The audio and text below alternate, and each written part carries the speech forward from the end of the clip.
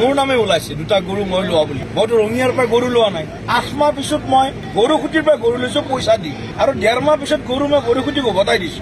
আৰু যোৱা 2 বছৰৰ পিছতহে মোক আজি 3 মাহ আগত মোৰ একাউণ্টত 1 লাখ টকা ঘূৰাই দিছে গৰুকুটি প্ৰকল্পত। মই গৰুকুটি প্ৰকল্পৰ মেম্বাৰ, গতিকে মোৰ নামটো ওলাই গ'ল যে ৰঙিয়াৰ পৰা গৰু 2টা মই লৈ গ'লো। ৰঙিয়াৰ পৰা গৰু কেনেকৈ ক'ত গ'ল সেইবিলাক তথ্য তেওঁলোকে দিব। কিন্তু মই গৰুকুটিৰ পৰা 2টা গৰু 8 মাহ পিছত লৈ গৈছো।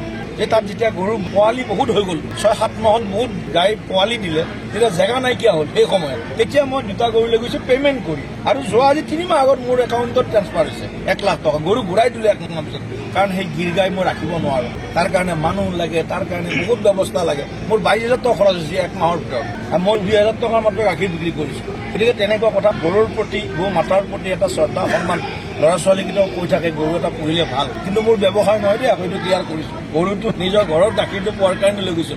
এনেধৰণে কিছুমান তথ্য প্ৰকাশ হৈছে। RTI তথ্য আহে, তেওঁলোকেও দি দিয়ে RTI তথ্যবিলাক, তাৰ মাজতো বহুত কথা থাকে।